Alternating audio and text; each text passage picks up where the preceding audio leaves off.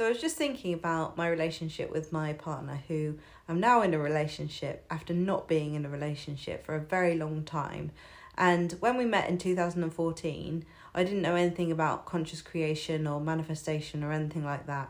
And I wasn't thinking about it that way at all. I just felt like we had an amazing connection, and I was so frustrated because where he was in his life, he wasn't in a place where he was ready to be in a relationship. And I didn't realise any stuff about myself. I was just thinking about him, and it seemed very frustrating that he just wasn't seeing our connection the way that I was. Well, he knew it was special, but he wasn't doing anything about it, and it was just infuriating.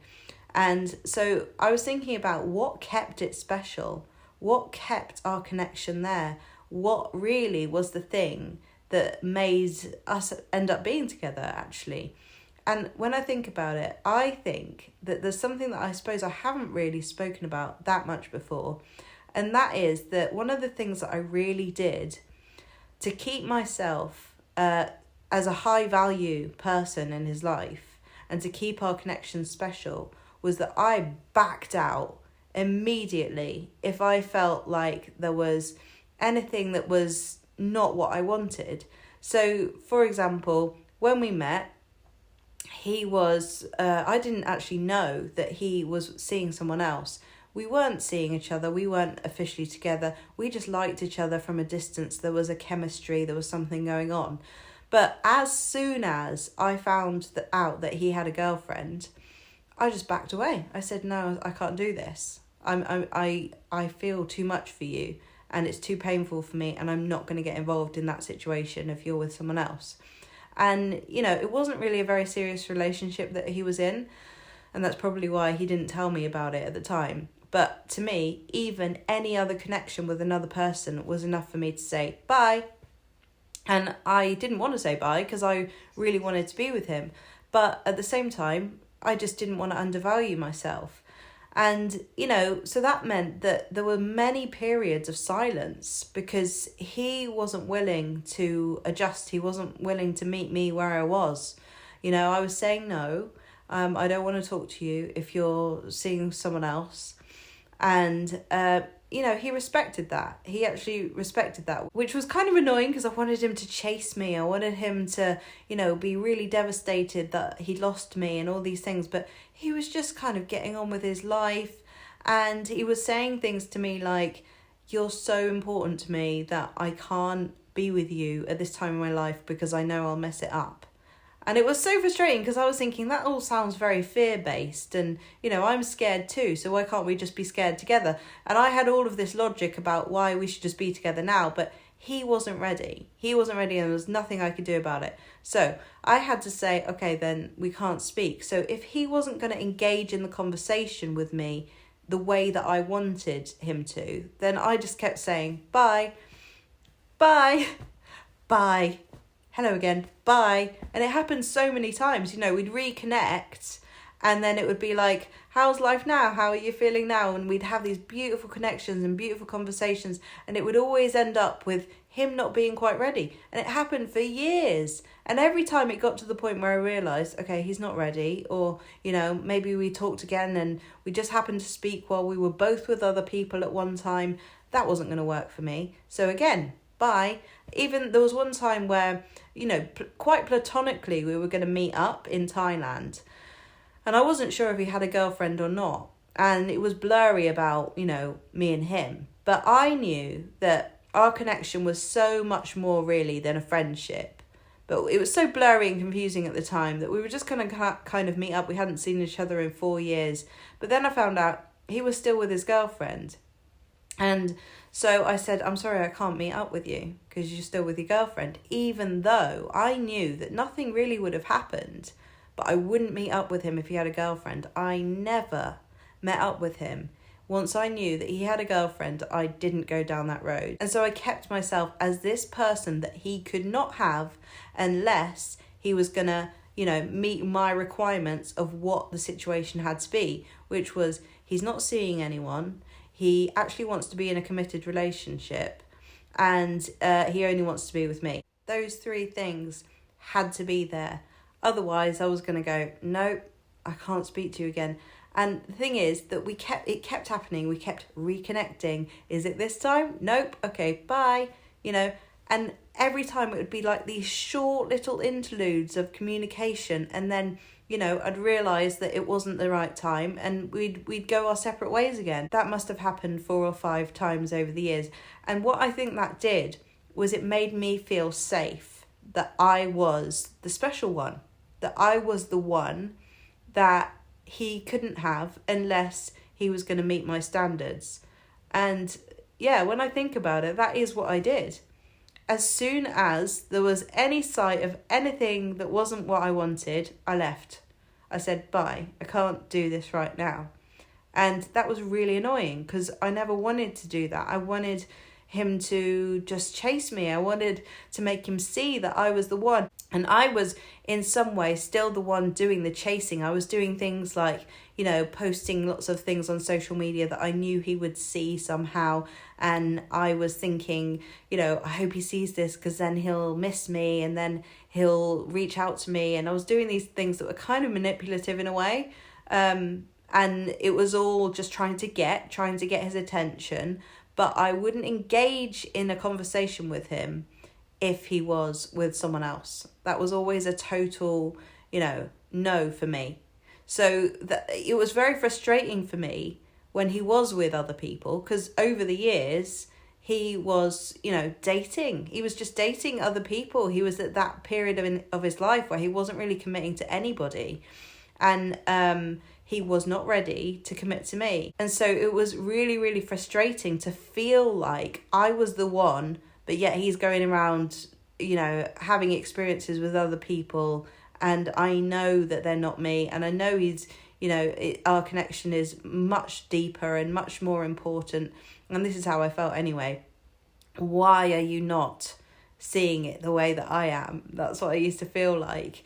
I wouldn't say I was ever really, really heartbroken by it, apart from once. There was one time where I really thought we were going to get together. I really thought that was going to be the time. And I was very anxious and, I was really nervous about it. And then it didn't work. And then before I knew it, he was with someone else. And that time was really hard. That really broke me. And I was so, so, so devastated. And I didn't speak to him for about 2 years after that. He reached out to me a few times and I wasn't ready. I couldn't talk to him. I was too sad. I had to give myself that time to recover so that, when I spoke to him from a grounded place that had healed that. I didn't want to speak to him any other way. So there was that one time that was really bad. The other times it was just like, oh God, here we go again.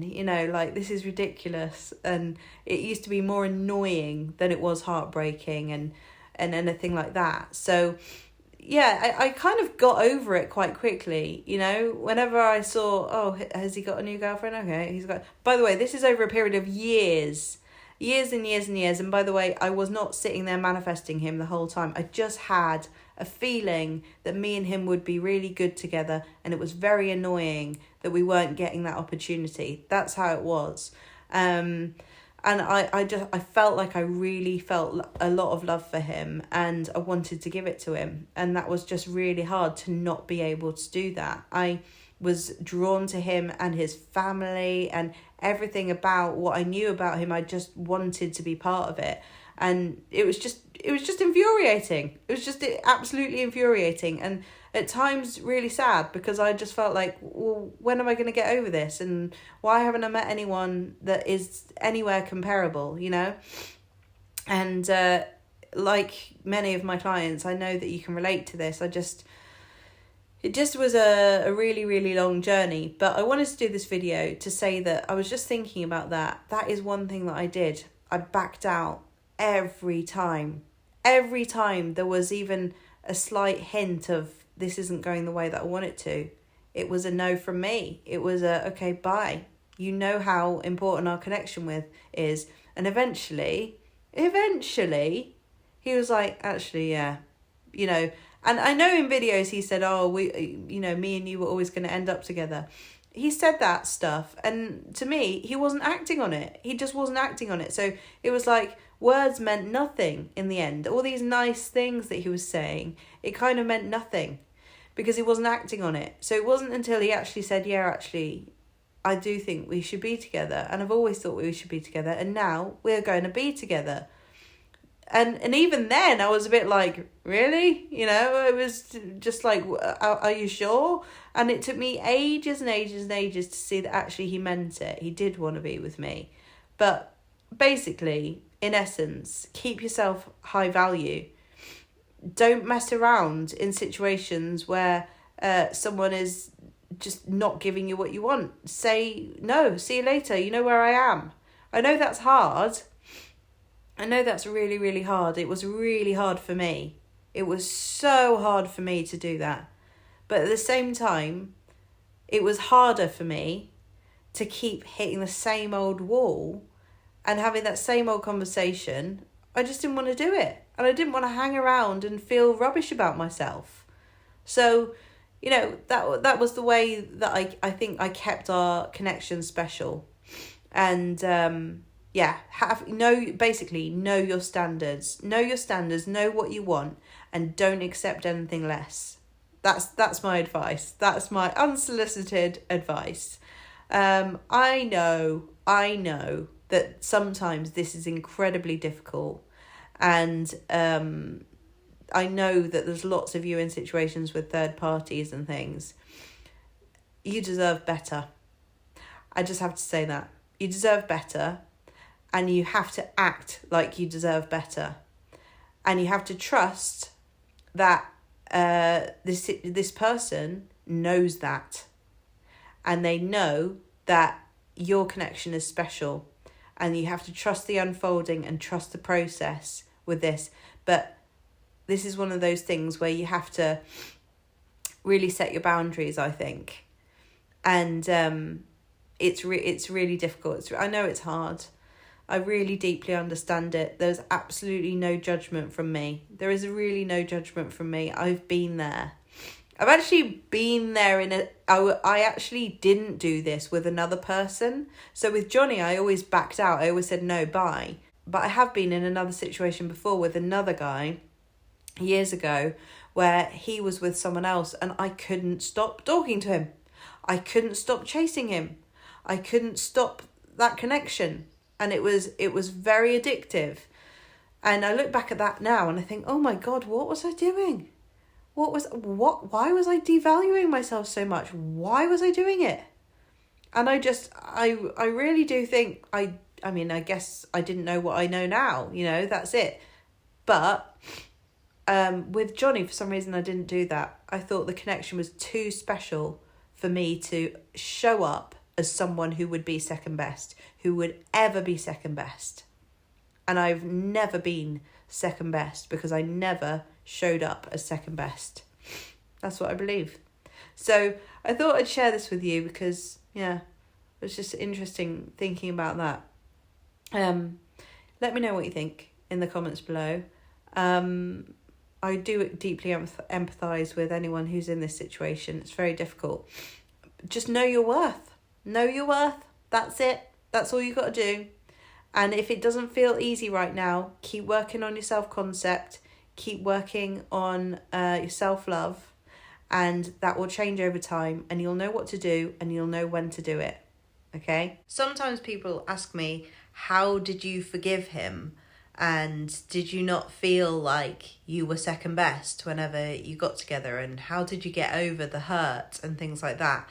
And actually, I don't think I ever felt second best because I always kept myself at a distance and didn't act like or feel like I was being second best because I wasn't involved in his life and I wasn't not being chosen. The way that I perceived it was that he wasn't ready for me. Not that I wasn't good enough for him. I never perceived it that way. I perceived it that I was actually the best choice for him and he just didn't see it yet. And some people might have thought that I was deluded at the time, but actually I felt better thinking that way, and that was my truth. That was the truth for me. So I always felt like I was first best. There were obviously times in the journey where I thought, why is he not seeing this right now? what's going on? Why can't he see it the way I'm seeing it? And obviously I must have had a self-worth issue, must have had self-esteem issues for this to even have occurred in the first place. I had to work so much on my self-worth. And obviously then, when we got together, I had feelings that were difficult to deal with because of our history, and my nervous system was like, are you sure about this? Are you sure he's not going to hurt you? Are you sure? And all of these things, like, should I be with him now that because of our history, and should I trust this and things? And because my feelings were my feelings, I had to go along with my feelings. I'm still going along with my feelings, and we've been together for 2.5 years now. So, it's working out. We've got a baby, and our connection just grows deeper and deeper, and we get to know each other more and more all the time. And I'm still working on myself, like I always will be, but definitely there were difficult feelings because of our history. Of course there were. And those are things that I've had to work on and deal with. But in terms of forgiving him, I was never really that angry with him. I was never really that angry. I just thought he is where he is in his life. And it's nothing to do with me. So it's not personal. It's not a personal attack, And I just see it as that's where he was and that's it. So I never really felt like I had an enormous amount to forgive. Apart from, like I say, that one time where I was really hurt. I really thought we were going to be together. We were both single at the time. But it didn't work after 2 months of us trying. It just didn't work. And I was absolutely devastated when I saw him with someone else. That was really, really painful. And I didn't want to speak to him. So it was more of me getting over the hurt of that than me trying to forgive him, But yeah, I had to release those feelings, and that just took time. It just took me time. And I work on my self-confidence and my self-esteem all the time. And, a lot of you have that fear of, what if I can't forgive him, and what if I shouldn't be with this person? And it really is what you perceive it as to be. You've got to look at how you're feeling and your values as well, and how you feel at the time. And if there's something left to play out, then the feelings will still be there, and you just have to let it play out, and you have to do what you've got to do. I'm still doing what I've got to do. 2.5 years into a solid, stable relationship, and we're very much together now, and I trust our connection more and more. So that's how I feel about that, really. So I hope you found this video useful. If you'd like to work with me, there's lots of ways to work with me. You can find them on my website. I've got 2 spaces left on my Conscious Creators Masters Academy, and I'll see you in the next video. Bye.